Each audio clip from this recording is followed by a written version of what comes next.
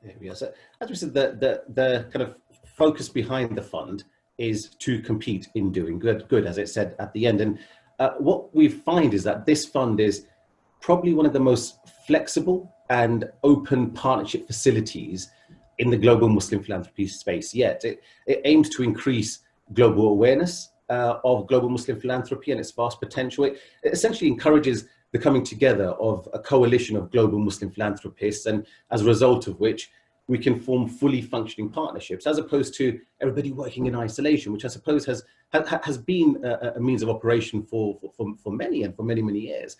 But what the fund allows us to do is essentially come together, work together, form stronger partnerships. Now, as a result of forming those partnerships, we can pool our resources together. And by pooling our resources together, we have greater reach and greater impact. Now, within the fund, there are two specific windows. There's a humanitarian window, which receives zakat, and the zakat can address the urgent life-saving and protection needs, and all processed, of course, in a Sharia-compliant manner, so that we can adhere to the principles of zakat and address the reason why somebody is giving zakat, of course, for faith reasons and to please their Lord. The second being for a longer-term development window, which can receive sadaqah and in turn increase resilience of families and communities. Now, the partners of the fund have the option to remain anonymous, or they can be declared. They can also express their areas of priority or interest. What the fund does itself, it demonstrates the new face of philanthropy. Certainly that's what we feel, it demonstrates the new face of philanthropy. It allows for increased engagement. It allows for increased engagement and the creation of new ideas. It's a shift from the traditional transactional models to becoming more involved and innovative, where we can co-design the projects under one common goal, and as a result of which, together, we feel what this fund allows us to do is have greater reach and wider impact. Now, as I said, the vision behind the fund is to create strategic partnerships, and almost immediately, His Excellency Abdul Aziz Al Ghurair joined with a $10 million commitment. Now, to tell us more about the positive impact of establishing strategic partnerships, we're pleased to be joined by Dr. Senia Ben Jafar, who's the CEO of the Abdullah Al Ghurair Foundation for Education. That's one of the largest privately funded philanthropic education institutions in the Arab world. She holds a PhD in educational leadership and an MA in curriculum studies from the University of Toronto. So Dr. Sonia, if I can welcome you and begin with yourself. It's always a pleasure, of course, to have you here with us. I mean, may I begin by asking you, why you feel working in partnership with, or why would you want to work with other organizations? Of course, you're an established organization in your own right, but why does the foundation feel it's important to work with others and work strategically? Thank you. Well, first, we are based in the UAE. So just the UAE alone in 2017, for example, contributed over 19 billion dirhams in development aid to over 140 countries. It is one of the top world aid donors, according to the OECD. And amongst that, we are one single organization with headquarters in Dubai. And like you said, our focus is very clear: education for elevated livelihoods. With this, we build any strategic giving to yield better results. So what's better for us? For us, it's programs that work in a local context that takes vulnerable youth who are at risk of losing their chance to learn and grow, and assure them that their needs will be addressed so they don't lose that chance at a better life. And as a single entity, we're not in the camps in Jordan, we're not in marginalized communities in Lebanon. So rather than pretending that we know it all, we connect with those who are in those contexts and innovating to do better and can show it. So that's really important to us, those who really see these vulnerable populations, these individuals, and care with or without our help. And in our Abdulaziz Al Ghurair Refugee Education Fund, we sought out those organizations. We welcomed them into what I like to call an authentic partnership, one that's based on shared values and recognition of each other's expertise. So when we talk partnerships, we like to really root that in programs that benefit thousands of refugee and host community youth. So things like Mumkin in Lebanon designed and delivered adapted curriculum that targeted knowledge gaps so that over 3,000 kids could pass the brevet exam. And for those of you who don't know, it's a 9th grade official exam. If you don't pass it, your life chances plummet. So that was a really critical point. Or the National Institute of Social Care and Vocational Training, where we've helped 220 Palestinian and Syrian refugee youth with market-driven vocational courses so that they're going to get a job at the end of it. Or working with Relief International, War Child Holland, Dot Lebanon, and I can go on, including, of course, UNICEF. But the idea is that for us, philanthropists, private and public sector actors, donors, NGOs, need to work together to strengthen channels of collaboration to support refugee education in the Arab world, because again, education is our focus. And as you beautifully said earlier, it is not a transactional model. It's a very deep level engagement where expertise and capacity building leads to maximizing impact. So in terms of what that looks like operationally, it means our team has regular discussions with the grantees. We explore solutions, we brainstorm ideas, we share the knowledge and the lessons learned, but we also share what didn't work. And I think this is where sometimes in the past there's been some fear. We have an open dialogue with our communications. So as a donor, we don't impose our own interests and our own methods. We have a certain expertise that we bring to the table, but we honor that of our, for example, 10 successful organizations on the ground to directly interact with those refugees and vulnerable youth. And this is how we've reached over 17,500 young people over the last 2 years. We're flexible, we're adaptable, we understand the rapid changes happening on the ground on a macro level, but we might not understand that on a micro level. And so although you need plans and strategy, and I don't think anybody would dispute that, you also need to be able to take those plans and quickly adapt them and be responsive. And the only way to do that is if you have a balance that is rooted in relational trust and professional accountability. And this is the balance that we've struck with our donor grantee relationship. And it's been necessarily important because we live in a turbulent region. And so that change needs to be organic. And the best example today is the example of Lebanon. When we started in 2018, it was a different reality. If we keep those 2018 plans, it is simply not applicable today. So we had the 2019 economic hardship, the COVID-19 pandemic that followed that with a whole series of changes after that. And then of course, the tragedy that has recently occurred. So these aren't news headlines to us. These are people in need, and that's the same thing for our partners who are experts on the ground and see it from a different angle. And so in terms of being transparent with them and them being transparent with us about the difficulties and saying, listen, this was our plan, we're not going to meet the target, and this is why we're not going to meet it. And us saying, okay, let's not shy away from that conversation and not say, well, we're going to withhold funding until you figure out how to do what you said you would do. Let's engage in a real conversation where you're going to tell us what the problems are, and we have a certain expertise, and we'll together figure out a solution. And that's actually what we did with the COVID-19 repurposing of funds. And, you know, I think I'll close with the words of Marianne Karam-Bittar, one of our partners in .Lev, when she was talking about us, and I had later found out that she said this and thought, yes, we got it right. She said the Abdulaziz Al Hureir Refugee Education Fund is different to other donors. First of all, it's a partnership. They're not just our donors, they're our partners. Second, it is a learning process. We will learn how to build our internal capacities. And so when I hear that, I think that's what a partnership is, because we also learn from them.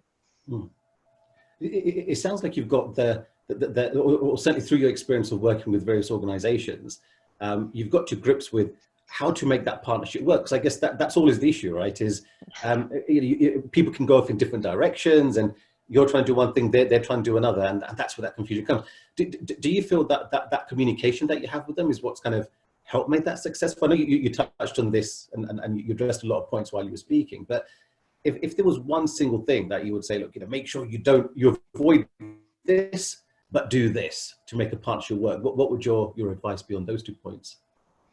I would say start with a shared value. Start with a shared commitment. The idea that they're going one way, we want to go the other way doesn't happen because we put in that front end time with them. I'll give you an example of a partnership that yielded better results than we had hoped.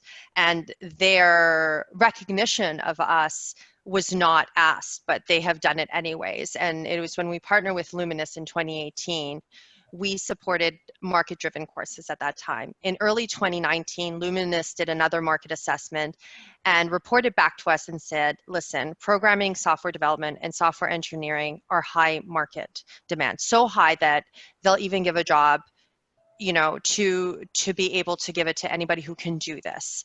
And so they took that first step. They identified the market need, they partnered with private sector, and then they came back to us and said, we need to build a school of excellence to develop that. And so we adapted and we decided to partner with them, and they now created the Abdulaziz Al Kharir School of Advanced Computing, which is a partnership with coding fellows in Seattle, and they provide refugees and vulnerable Jordanians with high quality market-driven courses. And this is really important because we were responsive. We repurposed our funds to provide 150 students to access these courses. That's not something that most donors do. They don't say, oh, you've got a different idea than you originally came with because of evidence. Well, let's talk about doing this differently. So being open and allowing for that dialogue has been critical. Today, 14 out of the 22 graduates got full-time employment in companies like Amazon, Etihad Bank, Arabot. They have salaries of 4 to 6 times the average wage. And the rest receive paid internships. And, you know, one of the graduates from last month, so this is in the middle of an economic crisis, in the middle of a pandemic, received 8 job offers. So that's the kind of innovation that we want to see from people, and people can't innovate if they're scared to tell you what's wrong. So keeping that channel open and keeping your own humility in check, being humble and knowing that you don't know everything just because you're the donor is incredibly important. They have on the ground experience. They have a picture about education to employment in this particular case. And so the founder of Luminous Technical University College told us, again, something that I found out later, that they value our partnership because of our responsive attitude. We're swift to respond if you bring us evidence. And so we share that value, and we also are not afraid to tell them what we don't like or what we like, and they're quick to respond to us. So it is an honest, open communication where conflict of opinions is not shied away from, but we kind of lean into it and say, okay, we disagree. Why do we disagree? What's going on here? Because at the end of the day, the beneficiaries are our joint interest.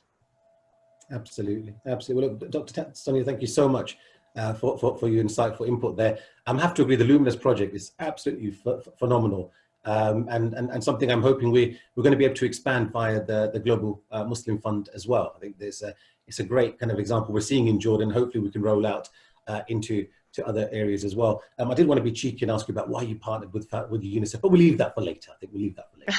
I'll be happy to answer whenever. so you know, we always like to get in why Unicef is great, because we like boasting about ourselves. Well, I say we boast. We're humble. We are humble. But you were the first UN organization with which His Excellency launched the fund. So you do have a special place in our hearts. And you and ours, you and ours as well. Thank you so much, Dr. Sonia. Just say that we will do a Q&A at the end as well. So if you do have any questions, please just jot them down in the chat box. I think there's a function at the bottom of your screens, and send them across, and we'll put them to our panel as well. Now, as Dr. Sonia said, of course, His Excellency was the first to fund the Global Muslim Fund, and this fund is in fact a joint initiative between UNICEF and the Islamic Development Bank. Now, the bank is a multilateral development bank, and it works to promote social and economic development around the world. Now, Dr. Hayat Sindhi, our next speaker, is the special advisor to the president of the Islamic Development Bank, where she has spearheaded the launch of the new $500 million Transform Fund, which is the largest of its kind focusing on promoting and nurturing science, technology, and innovation to accelerate progress towards the SDGs. She has also launched Engage. Now, that's a global digital hub to connect and support innovative entrepreneurs. Some amazing work that's going on there. Now, Dr. Hayat has a PhD in biotechnology from the University of Cambridge. She's also studied at both Harvard and MIT. She's actually my daughter's hero. If you joined us in the last webinar on women and as Muslim philanthropists, my daughter was ever inspired by her, and she's hopefully going to study and strive to go to Cambridge because of Dr. Hayat. Dr. Hayat, actually, interestingly, was recently named by Forbes as the second most powerful woman in Saudi Arabia. So we should all listen to Dr. Hayat. Dr. Hayat, over to you. Thank you. Bismillah ar-Rahman ar-Rahim wa salatu wa salam ala ashraf al-anbiya al-mursaleen. Thank you, Basit. Thank you for giving me this opportunity to speak to all of you all. Eid Mubarak to everyone. And we are really proud of our partnership with UNICEF and the work we have done around the Global Muslim Philanthropy Fund. And thank you for the chance and opportunity for me to speak to you about the Islamic Development Bank and what we have done to bringing ideas into life. So would you mind if you share the slides? Of course, yes. Let me do that now for you. There we are. Yes. Can you just go back to the first? Of course, yes. Maybe, I mean, you can go for that. Go ahead, please. Go for the next one. Okay. So under His Excellency Dr. Bandar Hajjar, when he joined in 2016, October, he came with a new business model, and one of the key pillars of the new business model, how we can integrate the science, technology, innovation within the mainstream of the bank projects, and also how we can enhance and empower that in our Muslim countries and also in the Muslim community around the world. So for us, the youth, we call them partners because now the bank is a bank of development and developers. So as you mentioned, Basit, to enhance the power of innovation, we need to have that ecosystem, digital world that can reach everyone, even if they're in a remote area. So we launched a digital platform, one of a kind, called Engage. And the main function of this Engage is really to empower our local partner to be able to, all of them get together in that secure and amazing atmosphere to address certain SDG. And we selected here one of the 6 main SDG for the bank, except of course with the partnership, but this is one of the main projects which is integrate the whole 17, which is food security, health, education, energy and infrastructure, and water sanitation. Next slide, please. So the main function of Engage platform is really main 3 areas. The first one about who do you know if you want to have an idea, the matchmaking. And as when I went first to do like the STI, I call it a roadshow, I really wanted to go and speak face to face. I took my suitcase around, to Asia, Africa, as the bank is a multilateral bank, serve about 1.7 billion people, 4 continents, 57 countries, and also Muslim community around the world. I really wanted to know who are the NGO, who are the private sector, who are really the real institution within each country to promote innovation. So I had to do this road trip to be able to meet them and talk to them and engage them with Engage. So the most important thing is like matchmaking. So many people have an idea and they can't travel, but they want to log in to where they can see the peer, ask questions, collaborate, and that's what exactly Engage doing. Amazing work, people collaborate. And the second is also most important, like transfer of technology. Some people cannot have the infrastructure to innovate, but they have the right of using technology. Technology is actually for the most deprived, most needy. So sometimes, if you go around the world and find that the most deprived people from the use of technology and innovation, actually the poor, and it shouldn't be the case. So that's also one of the key function of Engage platform. And the third one, actually how we can promote and how we can sponsor and how we can support ideas. We call for innovation, we call the world, Muslim and non-Muslim, to address challenges. And to address these challenges, definitely you can ask for calls, but how are you going to support it? by, next slide please, by also having money. You need to have a fund.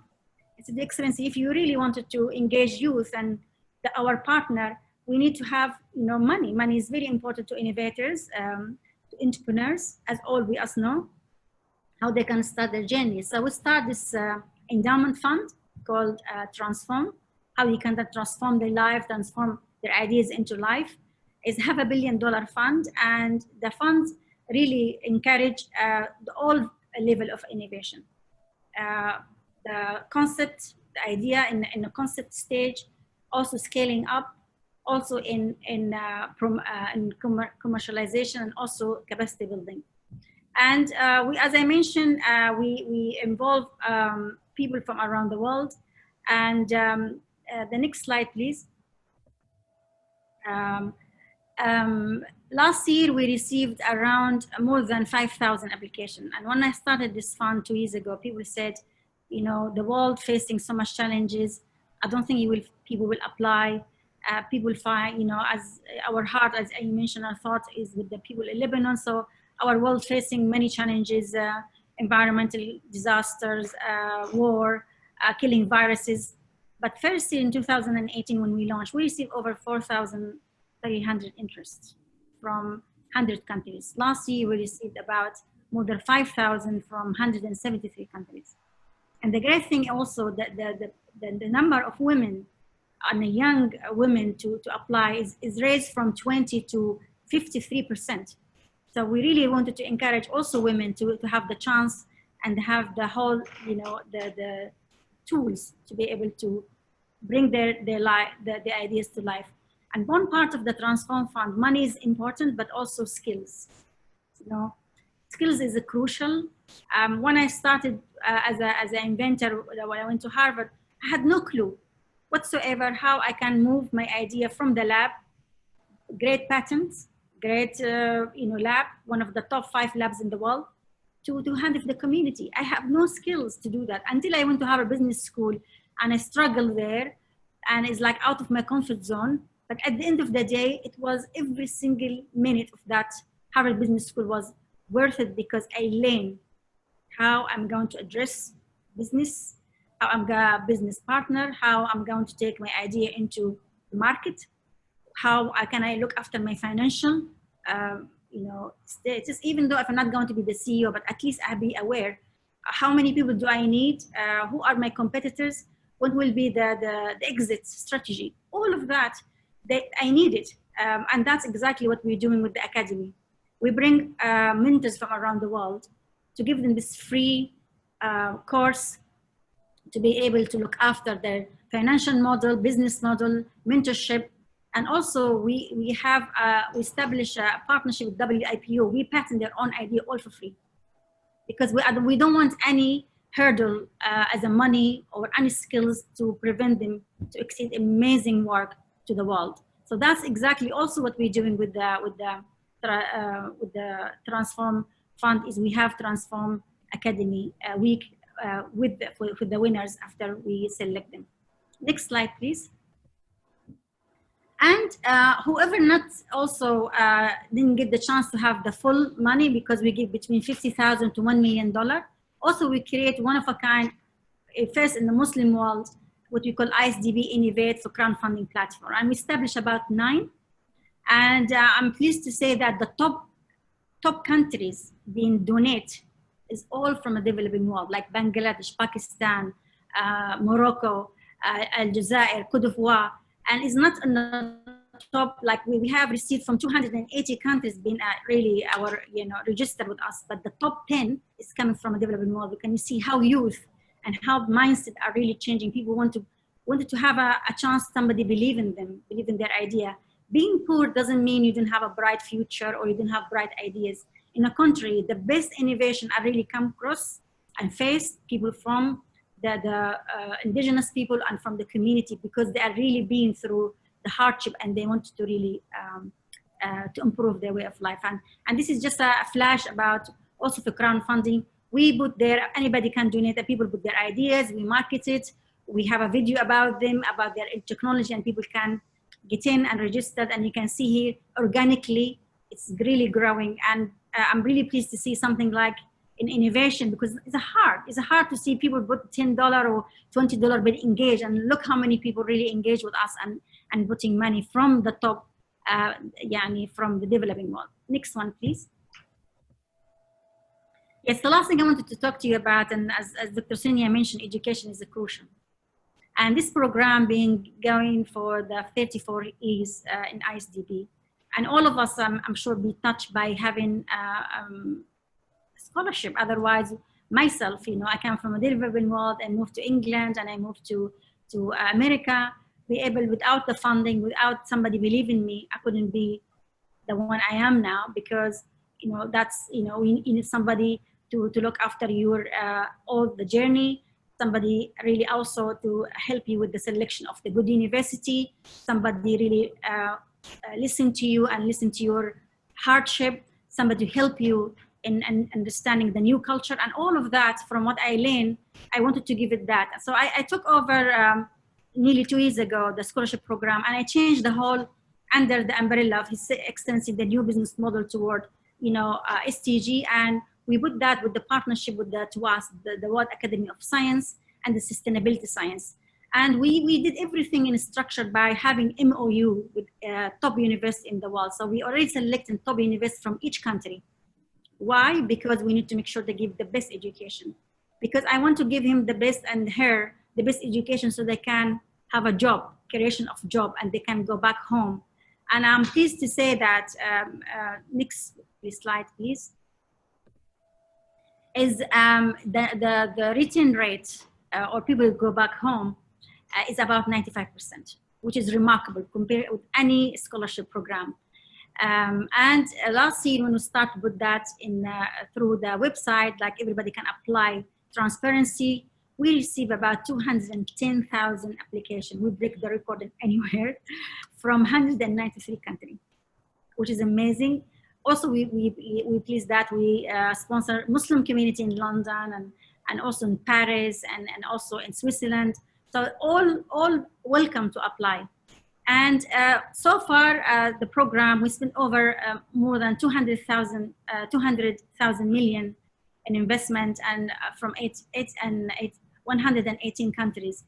And we have about master, PhD, undergraduate, also vocational training and postdoc. And also we designed a special program for refugee scientists, because they need to have a chance if they establish, because they have to evacuate from their own passion, and that's break their heart, and really give them a chance. On all young,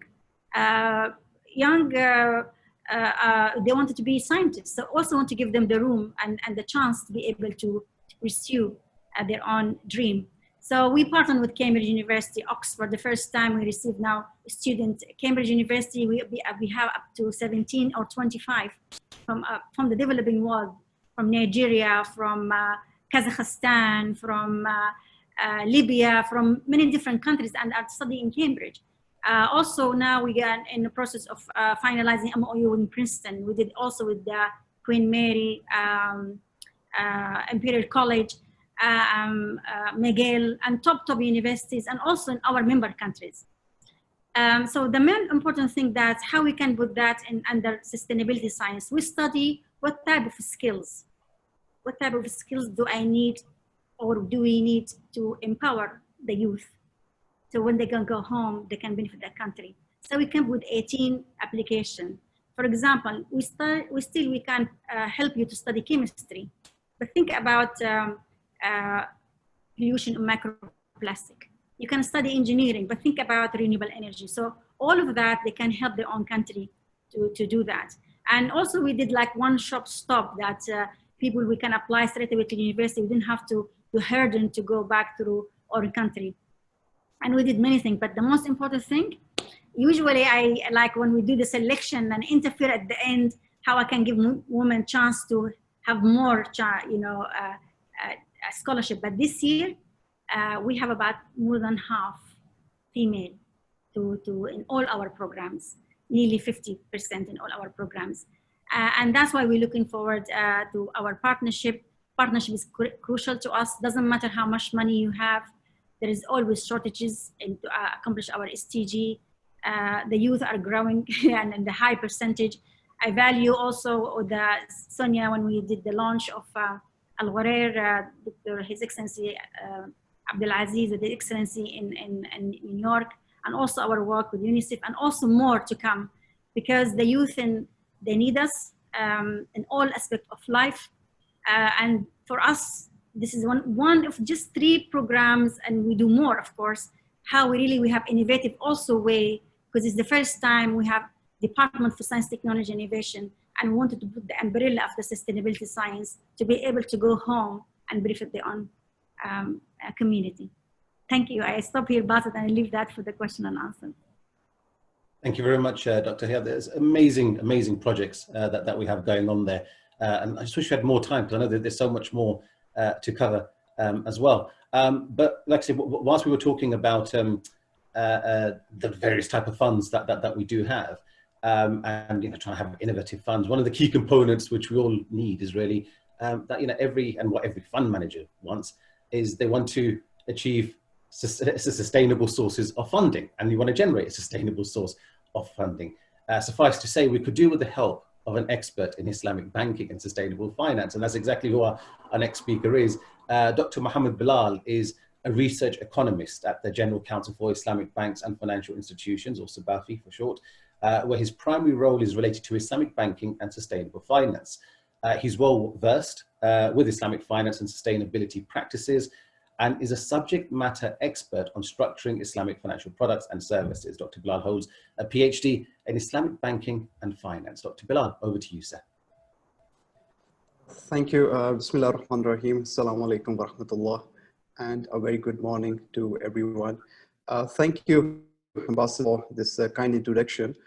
First of all, I would like to thank UNICEF for inviting CBAFI to this webinar to share our views on this significant and very important topic. Just to introduce myself, I'm Dr. Mohammed Bilal, and working as a research economist with the General Council for Islamic Banks and Financial Institutions, in short, CBAFI. If I can start with a brief introduction about my organization, just for our participants, those who are not familiar with ourselves, who we are and what we do. CBAFI is a Bahrain-based international infrastructure institution that constitutes the official umbrella of Islamic financial institutions around the world. We are basically a not-for-profit organization, and currently we have more than 130 members, and most of them, they are Islamic banks from 34 different jurisdictions or countries, you can say.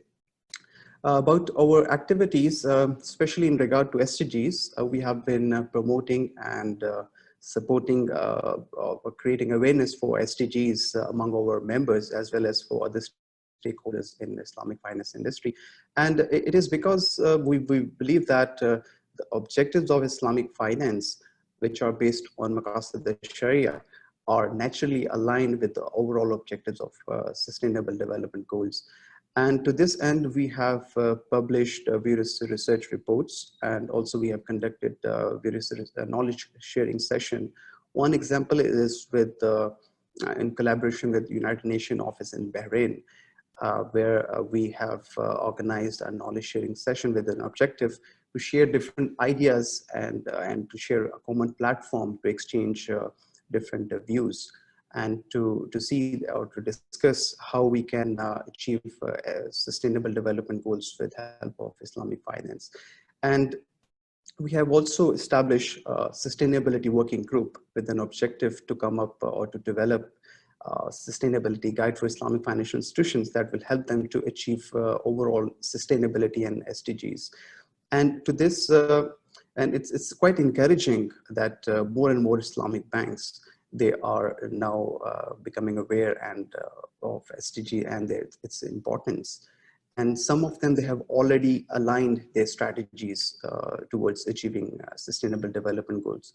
If I can give you some examples, for instance, Al Baraka Islamic Bank from Bahrain, that is also one of our members, they have set a very ambitious 5-year targets to achieve sustainable development goals. So for instance, under the healthcare, education, or employment creation, or sustainable energy. Just to share some of their statistics, like how they have planned it, what kind of funds they have dedicated to these goals, and what are their achievements. For instance, in healthcare, they set a target to finance healthcare projects in public and private sectors with the help of a fund more than $400 million US. And in education, they have a dedicated fund of $190 million US. And for underemployment, their target was to achieve or to create more than 50,000 new jobs in 17 different countries where they're operating.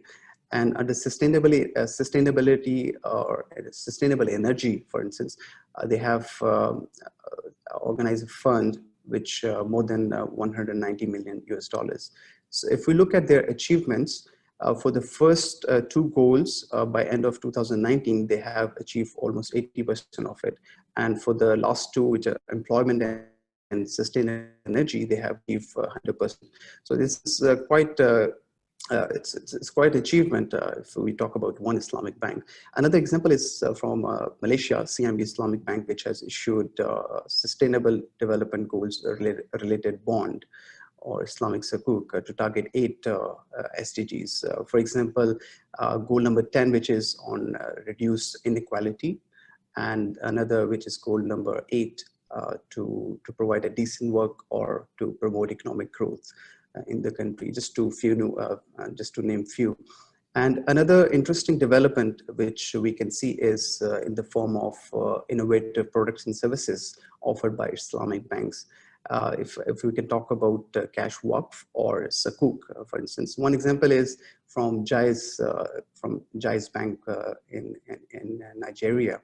They are offering 2 different kinds of accounts to their customers. One is Ehsan account and the other one is Green account.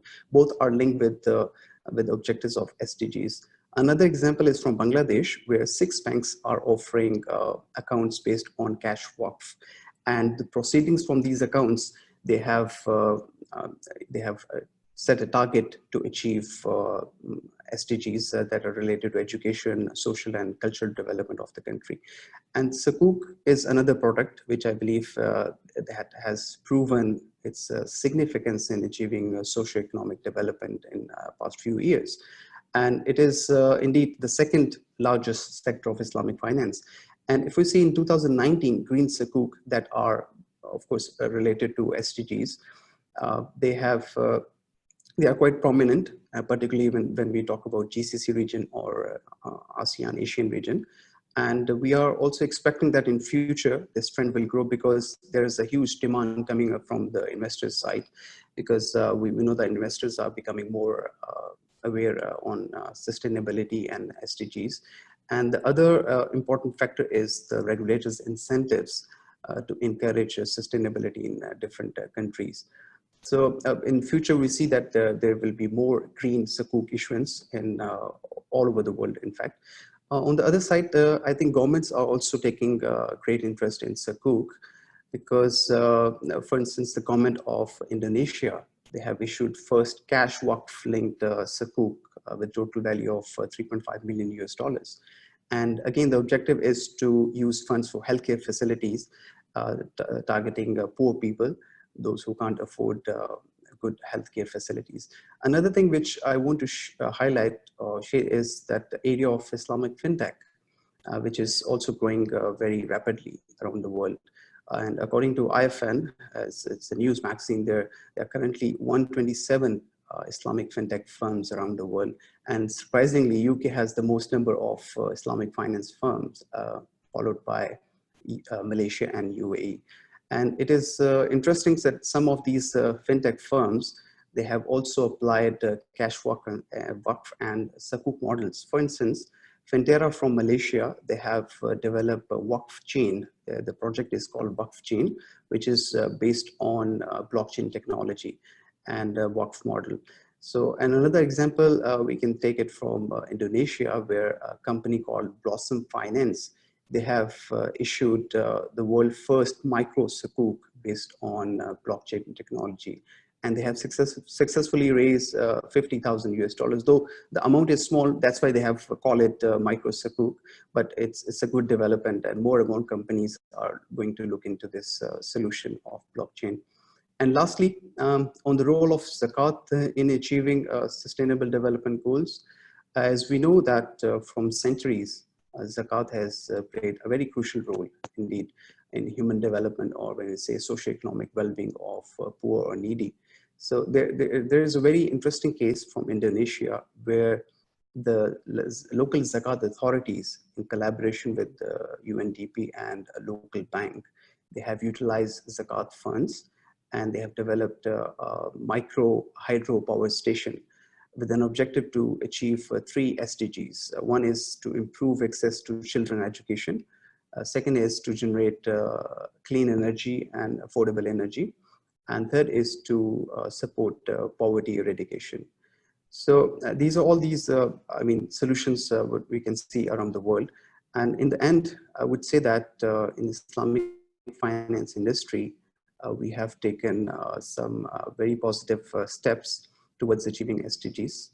However, there is a lot more that need to be done in this direction. And I believe it is possible if we as a private financial sector fully embrace the concept of sustainability and the objectives of sustainable development goals. And also that Islamic financial institutions should work together and develop funds like Global Muslim Fund. And one possibility which I can see is that Islamic financial institutions can contribute from their CSR funds. As we know that in 2018, there were more than 600 million US dollars CSR activities by Islamic banks. So there's a huge potential that in future Islamic financial institutions can have a partnership with these funds, and they can serve or achieve sustainable development goals. Basita will stop here, and we'll look forward to question and answer session. Thank you very much, Dr. Block. Extremely insightful. It's interesting to hear what's actually taking place around the globe as well. I was completely oblivious to a lot of that. So and didn't realize that the UK was doing so much on well, I say the UK is doing it, but certainly the banks are within the UK doing that. So it's quite an interesting place to be. But having said that about banks and institutions, and we're talking about funds, I guess everyone can agree that we can create structures and we can have as many innovative ideas as we like, but without the seed funding, without that initial funds for us to implement, it would be almost impossible to implement and operationalize a fund.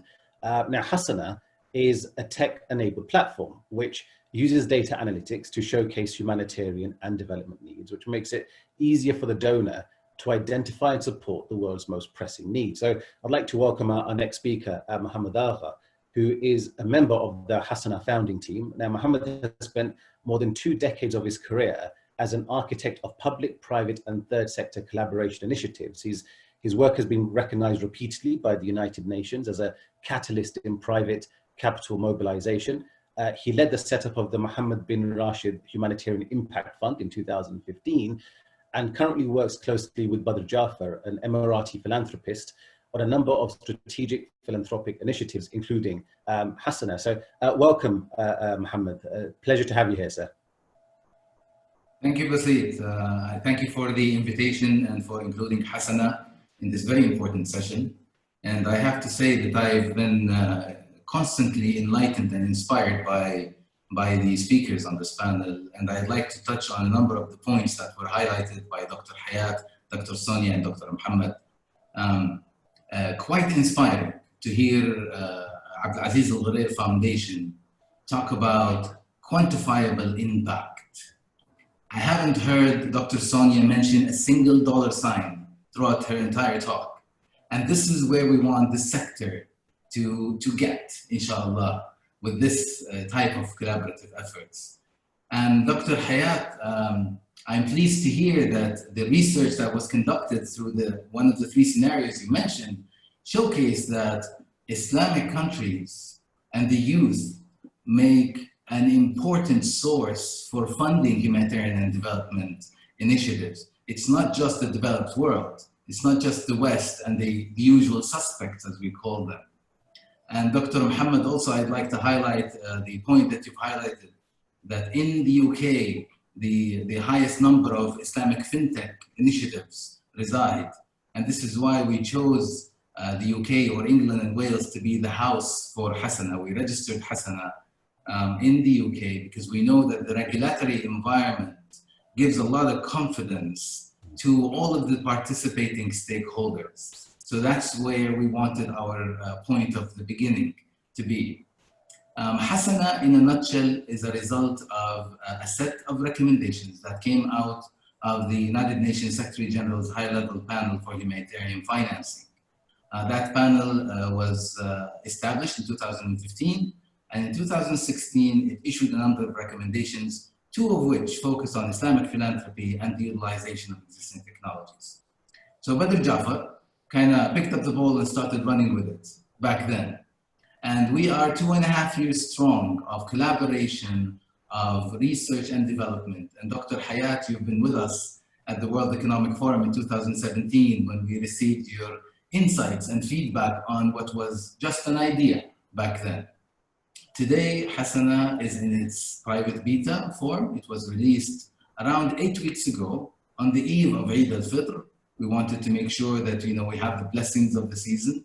And we already are approaching 1,000 users, although we are again in a private beta mode.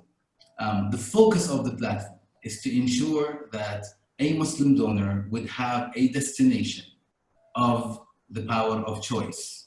To put it in a single word, the choice. So we wanted each donor to be able to access, source, map, donate, and track the impact. So at the end of the day, they will have a dashboard that would showcase to them their online on Hasana or offline donations, be it cash, be it other crowdfunding platforms, in a single window where they can see and compare the impact of their contribution. So the next time around, they would have even more power of making choices to maximize the impact of Islamic philanthropy. Hasana today is focused on the usual suspects, donors in markets such as the US, the UK, Saudi Arabia, the UAE, etc. But also, we have a high focus on countries like Indonesia, Pakistan, Turkey, Malaysia, etc.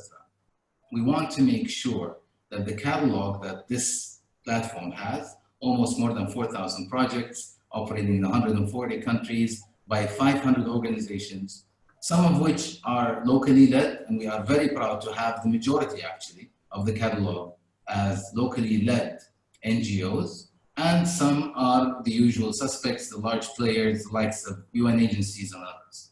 What we want to achieve on the long run is not to increase the dollar sign and capture as much as possible towards the SDGs from Islamic philanthropy. What we want to achieve is over time, the system would have enough analytics to educate both sides in the spectrum, the donor and the recipient, on how to perform better. The recipients would be able to pitch their projects better, measure the impact, communicate it to the donor, and then the donor, with respect to their passion and the causes that they wish to support, their immediate community, obviously for Zakat and Sadaqah, because we are focused on Muslim philanthropy, but still they would have the access to where the need is most for aid, so they could at least give a portion of that to current crises. So in a nutshell, we're trying to be part of this collaborative effort. We have collaborated with a number of large players across the past 2 years, and we look forward for more collaboration. And Basit, as you know, the Unicef is one of the number of UN agencies that we have extended an invitation to. We have a few already on board, and hopefully at the right time, we'll be able to collaborate with the rest. Thank you again for this opportunity. Pleasure. Thank you so much, Mohammed. I've got one question for you, and forgive my clock's going off telling us it's 10 o'clock over here, or the hour's come. And I think we're going to expand just by another 10, 15 minutes, because I know we've slightly overrun. We started slightly late. But Mohammed, my question to you is, when I looked at your website, I thought, this was, it should have been around a long time ago. It's, we've got digital technology, we've got the platforms, we're connecting the donor with the beneficiary, or the donor with the rights holder, shall we say. But no one thought about it before. How did we miss that? And why wasn't it done before? You know, I mean, it's great that it's there now, but you know, it just seems like it was such an obvious thing to have done to start with. Well, let me say that we did not invent the wheel. So crowdfunding has been there for a very long time. And there are a number of digital platforms that focus on Islamic philanthropy.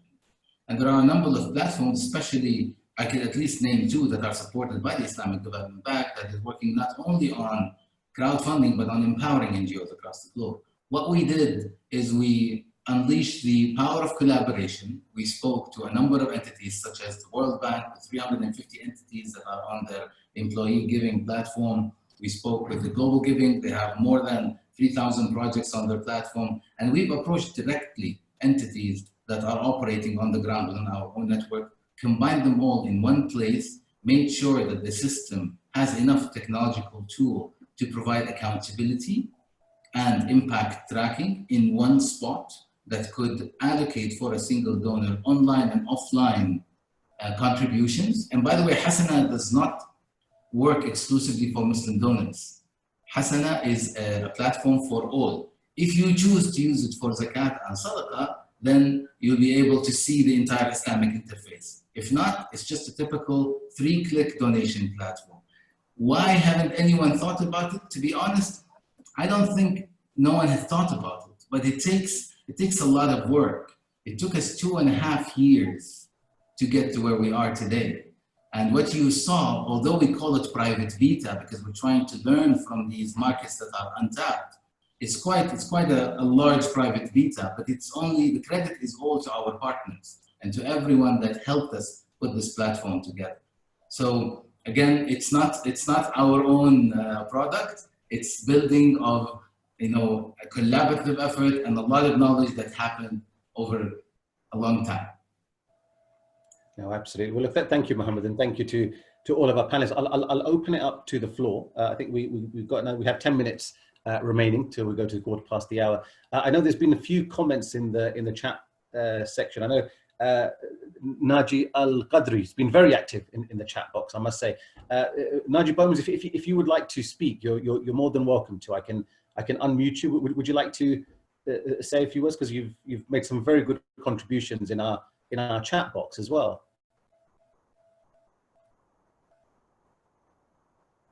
I don't know if Naji still. Naji, I hope I'm saying your name correctly.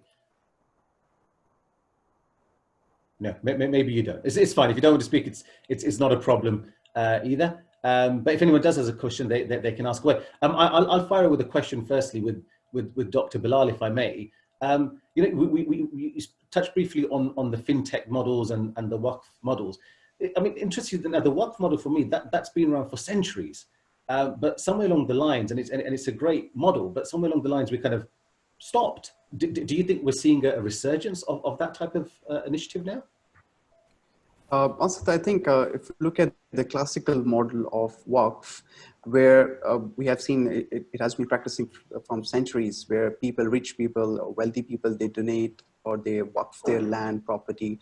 Could be a shop, could be a house, or a piece of land for a certain purpose. But there was a limitation that only those who are wealthy or well-to-do, they can donate.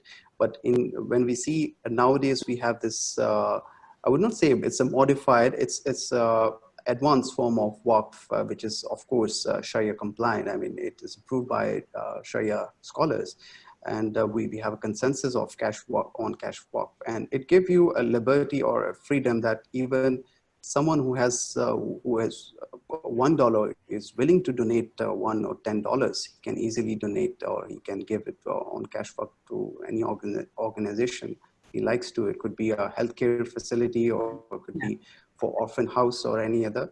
So I think now many fintech firms also, they are coming towards this cash. They're using cash Waqf. I've given you example of Fintera. They have used cash Waqf model with the help of blockchain technology, and they are helping organization, private and public, to apply their models so that it is easier for them to collect money, and also it increases the transparency, like for donors also, because they can easily trace back. And I mean, these kind of initiatives are helping a lot. Absolutely. Nadia, I know you've put your hand up. Please fire away. You've been very active in our chat box, and we do appreciate that. Please, we've unmuted you, so you should be able to speak. Please go ahead.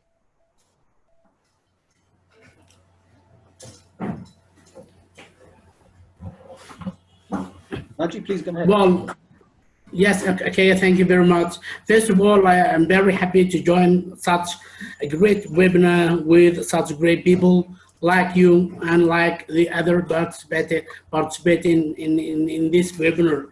Second, I'd like to thank UNICEF for its effort and dealing with poor people around the world, as well as I want to thank Islamic Development Bank, which helps in establishing the Global Muslim Philanthropy for Children. I think it will help millions of vulnerable and hungry children around the world. I'd like to add something which can help in development, the innovation of Muslim philanthropy in my point of view. We have to share all the banks in Saudi Arabia and the banks in all the Arab Gulf in order to participate in paying zakat and sadaqah and hasana, as you know, into this program, in our program, in order to save millions of children around the world. We have to share all the great universities and make a workshops in every university to let them know about the innovation in Muslim philanthropy and its goals and effects on the poor children around the world. Children who live in crisis and conflict and homeless. As you know, we have millions of children in my country, Yemen. In Yemen, we have at least more than 4 million children in the streets. They are homeless. They don't have anything to eat. They have not basic needs of life. They are suffering a lot, and I'd like to share with you these children. You have to discuss as well how the universities can participate in supporting non-governmental organization. I mean, we have to make a workshop in the university, big university in the Saudi Arabia and in the Gulf, as well as in the Arab countries in general.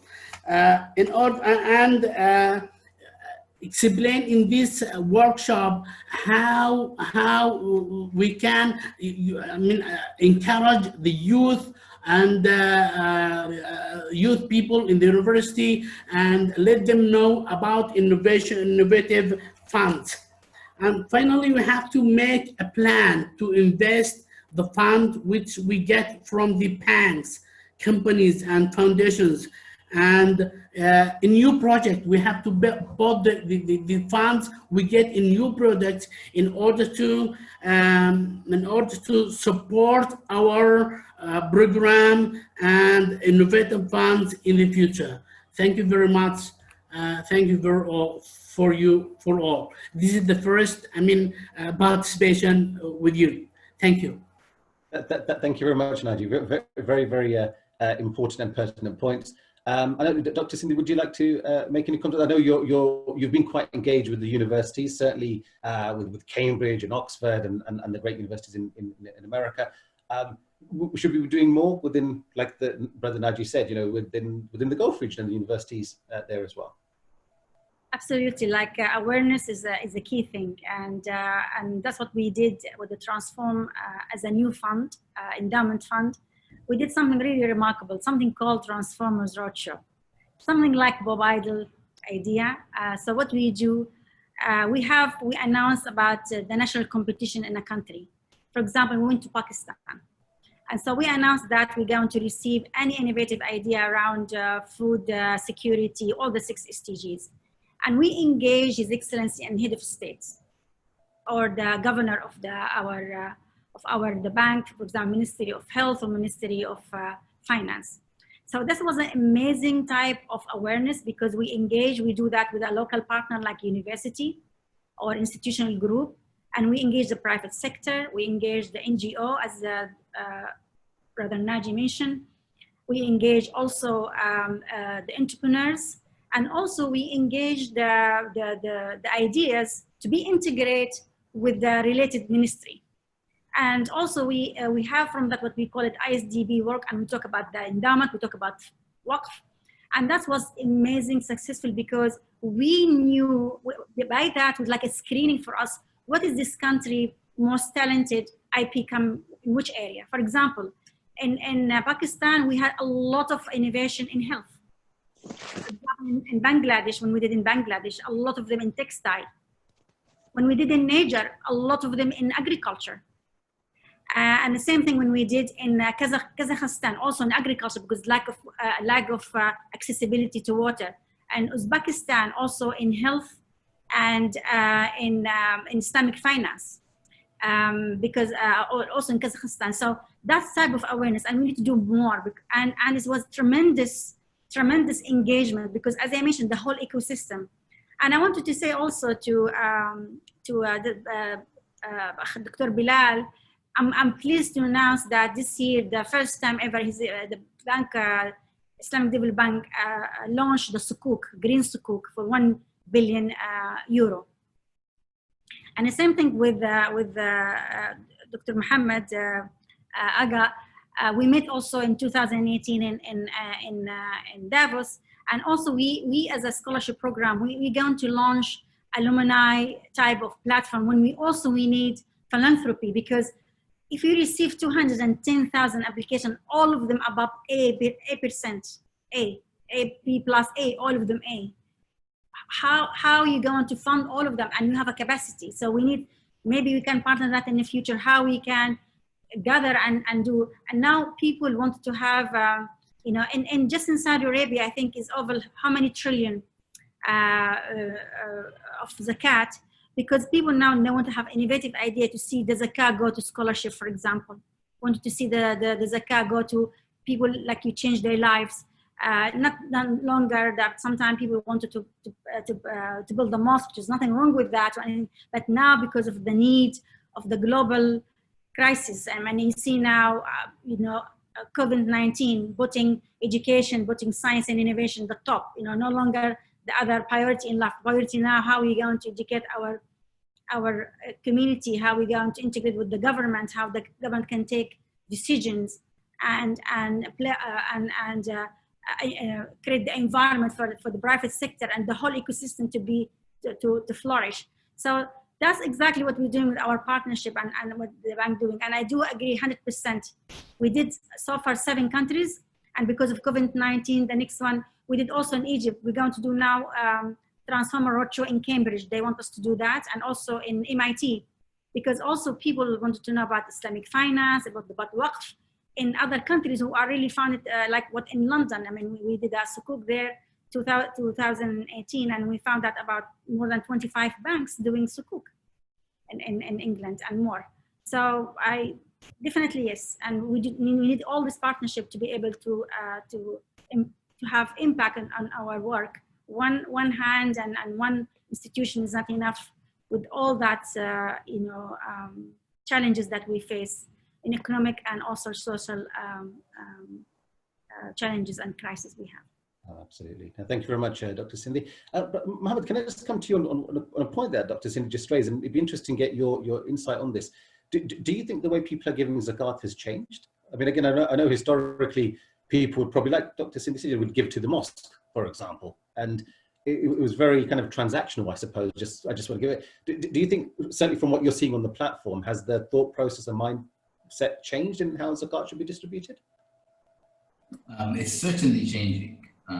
Over the years, zakat, obviously it's an amount that's due. So a Muslim would need to fulfill that commitment at a certain time of the year.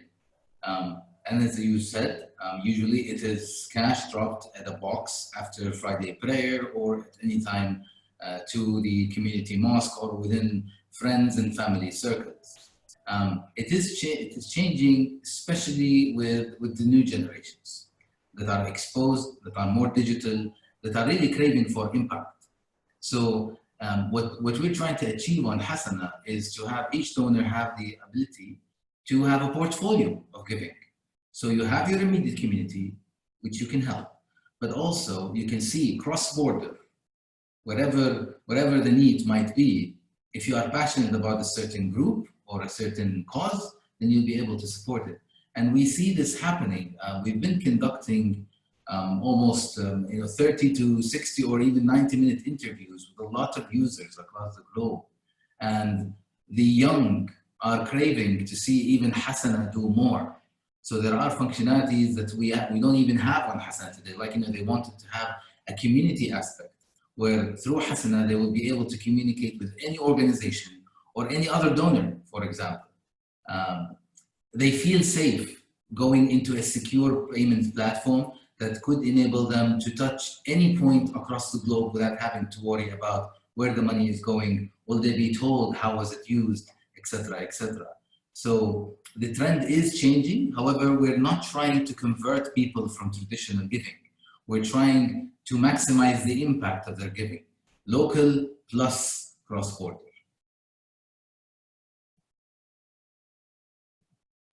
Absolutely. Thank you very much, Mohammed. I think we have one final question. I'll take that from, I think, Aisha Al-Khurasi. You have your hand up. Would you like to ask your question?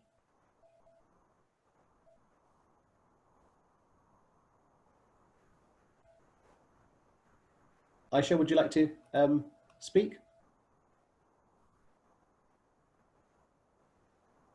Maybe not. No. Okay.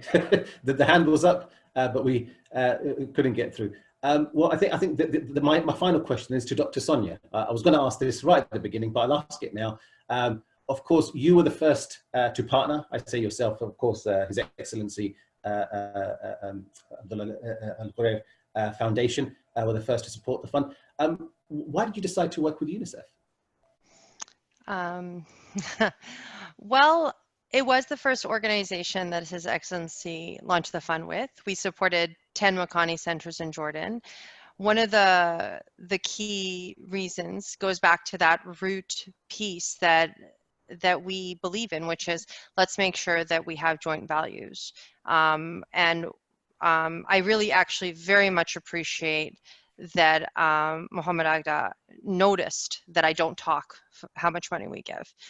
It is a matter of public record. Everybody knows it. If you dig, you can find it out. But I never talk about it, even though in interviews, that's usually the first question everybody asks me. All the journalists always ask, and I say, I much rather talk about the impact because as a formal evaluator, I was actually a development evaluator for decades. And I can tell you how poorly funds have been used in the past. So when we decided who we were going to work with, we wanted to work with people who would use the funds efficiently, effectively, with impact in mind. And because it is Islamic giving, one of the core components on our end was to make sure that the operations was lean. And that is, I think, very important because what that means is, if you're going to spend X amount of dollars, you want a larger percentage to go to the beneficiaries. That doesn't mean we don't honor those people who are doing that great work, and they should be honored and they should be receive the appropriate funds to do that work, because otherwise they're not going to do it. We're not going to retain them in this sector. But there needs to be a balance and there needs to be accountability. UNICEF showed that. UNICEF showed that they cared about the individual kids, that they cared about what they were doing at the Makani centers. And because of that, and because of the kind of open dialogue we had, we actually succeeded in having an outreach that was approximately 40% bigger than the original proposal had intended, because they did care about how they were using the funds. And so we wanted to be that pioneering example, and UNICEF just showed from go that they were going to do it with or without us, and they were going to do it well. And these centers, I believe, if my history is not incorrect, they were at risk of being shut down. And so that is a huge impact for those kids and those families. So that's really the bottom line. And it's really nice to hear what's happening now, because what I'm hearing is that there's a trend to leveraging greater collective funds, but only with the promise of impact.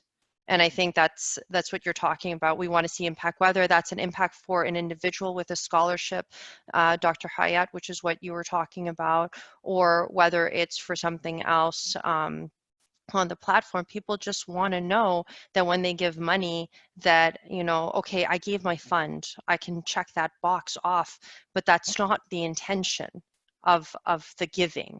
The intention of the giving in your heart, you know, when you lay your head down at night, is to make sure that you can say, okay, thank you, I am grateful for the money that you gave me and for the security. Please let this money go so somebody else can have that. Not just to check the box and say, okay, I've given zakat. And I think that's the trend that we're seeing. We're seeing that accountability in what this group is doing, and we're so pleased to be part of it. Absolutely. Thank you very much, Dr. Sonia, and thank you to all of our panelists. I wish I could take more questions. I think we've gone way over time, and I know everyone's got busy diaries ahead of themselves. So I think we shall ask for apologies for people that we weren't able to answer their questions, although we would try to address them separately ourselves. Once again, I do urge everyone, please do help the people of Lebanon during this difficult time. If you go on the Unicef website, indeed even go on the Hasana website, I'm sure there's plenty of projects there that you can support. Do come to the Unicef website as well. You can support the emergency appeal. Of course, if you want to know more about the Global Muslim Fund as well, do get in touch. We're always delighted and happy to speak to you about that. We're always seeking new partnerships and join this collaboration, you know, and hopefully soon watch this space, watch the Hasana website. We shall be on there as well. So Inshallah, we look forward to it. Inshallah, absolutely. We're going to inshallah be on there as well. So thank you to all the panelists, Dr. Sindhi, Dr. Bilal, Mohammed and Dr. Sonia. Thank you each and every one of you for taking out the time today. And thank you to all of our participants for joining and for your questions. Please stay safe. Please keep supporting the wonderful work that we're doing. And we'll keep you informed about the next in the series of webinars. And we hope to see you all again soon. Once again, thank you very much and goodbye. Thank you very much. Thank you, Mr.